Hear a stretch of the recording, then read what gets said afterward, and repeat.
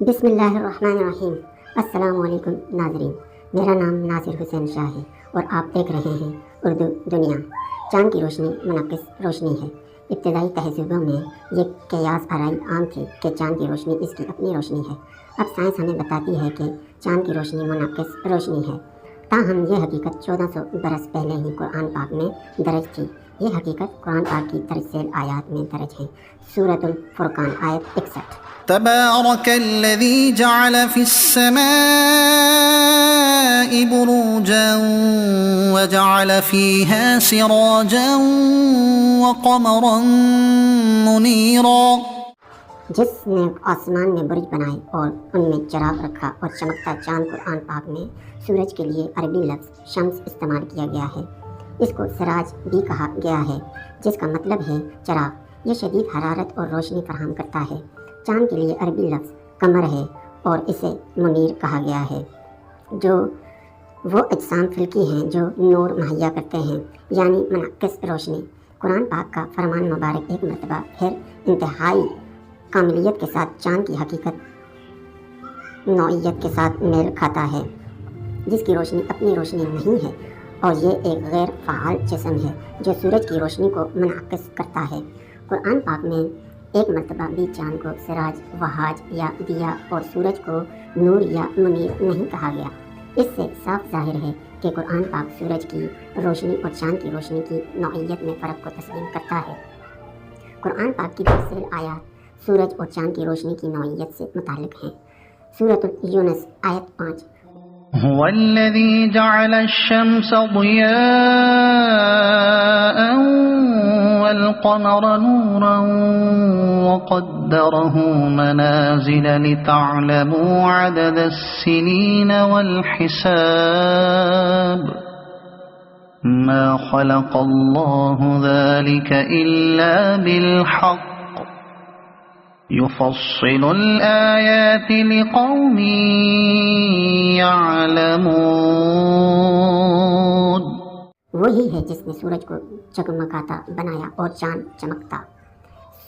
سورج نو آیت 16۔ ألم تروا كيف خلق الله سبع سماوات طباقا وجعل القمر فيهن نورا وجعل الشمس سراجا۔ 16۔ کیا تم نے دیکھا اللہ نے کیوں کر 7 آسمان بنائے ایک پر ایک، اور ان میں چاند کو روشن کیا اور سورج کو چراغ۔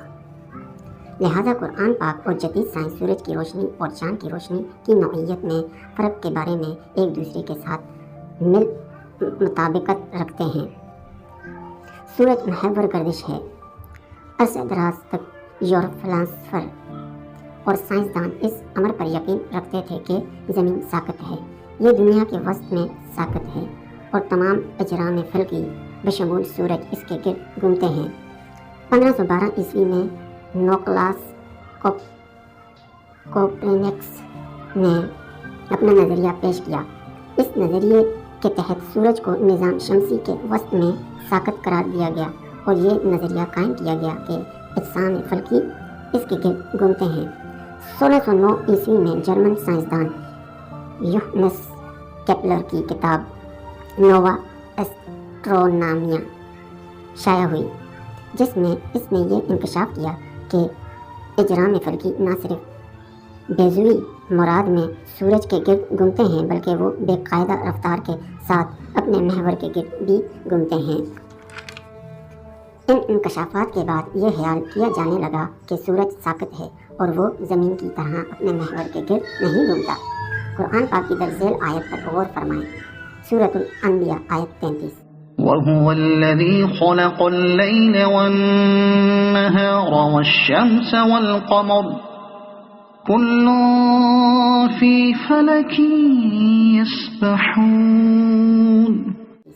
اور وہی ہے جس نے بنائے رات اور دن اور سورج اور چاند، ہر ایک ایک گیرے میں تیر رہا ہے۔ درذیل آیت میں عربی لفظ یسبحون استعمال کیا گیا ہے۔ یہ لفظ یسبح سے نکلا ہے۔ یہ اس حرکت کو ظاہر کرتا ہے جو کسی حرکت پذیر جسم سے وابستہ ہوتی ہے۔ اگر آپ اس لفظ کو خشکی پر مقیم کسی شخص کے لیے استعمال کریں تو اس کا یہ مطلب نہیں کہ وہ لڑک رہا ہے، بلکہ اس کا مطلب یہ ہوگا کہ وہ چل رہا ہے یا بھاگ رہا ہے۔ اگر آپ اس لفظ کو اس شخص کے لیے استعمال کریں جو پانی میں ہو، اس لفظ کا یہ مطلب نہیں ہوگا کہ وہ پانی کی سطح پر غیر ارادی طور پر تیر رہا ہے، بلکہ یہ مطلب ہوگا کہ وہ تیراکی کر رہا ہے۔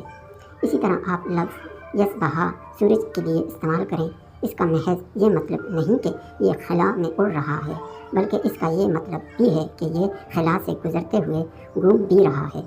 اسکولوں کی بہت سی درسی کتب میں اب اس حقیقت کا اندراج کیا گیا ہے کہ سورج اپنے محور کے گرد گھومتا ہے۔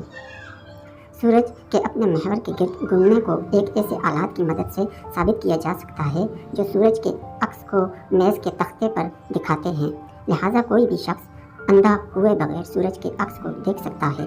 یہ بھی محسوس کیا گیا ہے سورج پر سپاٹ موجود ہے، 25 دن میں ایک مرتبہ اپنا چکر پورا کرتے ہیں، یعنی سورج کو اپنے محور کے گرد گھومنے کے لیے تقریباً 25 دن درکار ہوتے ہیں۔ سورج خلا میں تقریباً 240 کلومیٹر فی سیکنڈ کی رفتار سے سفر کرتا ہے اور ہماری فلکی ملکی کہکشائیں کے مرکز کے گرد ایک چکر پورا کرنے کے لیے اسے تقریباً 200 ملین برس درکار ہوتے ہیں۔ سورۃ یاسین آیت 40۔ لا الشمس ينبغي لها أن تدرك القمر ولا الليل سابق النهار وكل في فلك يسبحون۔ سورج کو نہیں پہنچتا کہ چاند کو پکڑے، اور نہ رات دن پر سبقت لے جائے، اور ہر ایک گھیرے میں تیر رہا ہے۔ اس آیت میں ایک اہم حقیقت کو بیان کیا گیا ہے جس کو حال ہی میں جدید علم فلکیات نے دریافت کیا ہے، یعنی سورج اور چاند کے افرادی مدار کی موجودگی اور ان کی اپنی حرکت کے ساتھ خلا میں ان کا سفر۔ وہ مقررہ جگہ جس کی جانب سورج سفر کرتا ہے اپنے نظام شمسی کے ہمراہ، جدید علم فلکیات نے اسے دریافت کر لیا ہے۔ اس کو سولر ایپیکس کا نام دیا گیا ہے۔ چاند کو اپنے محور کے گرد گھومنے کے لیے اتنا ہی وقت درکار ہوتا ہے جتنا وقت اسے زمین کے گرد گھومنے کے لیے درکار ہوتا ہے۔ ایک چکر مکمل کرنے کے لیے تقریباً 29.1/2 دن درکار ہوتے ہیں۔ کوئی بھی شخص قرآن پاک کی آیات کی سائنسی درستگی پر حیران ہوئے بغیر نہیں رہ سکتا۔ کیا ہمیں یہ سوچنا نہیں چاہیے کہ قرآن پاک میں موجود علم کا ماخذ کیا ہے؟ قرآن پاک کے علم کا سرچشمہ کیا ہے؟ سورج بچھ جائے گا۔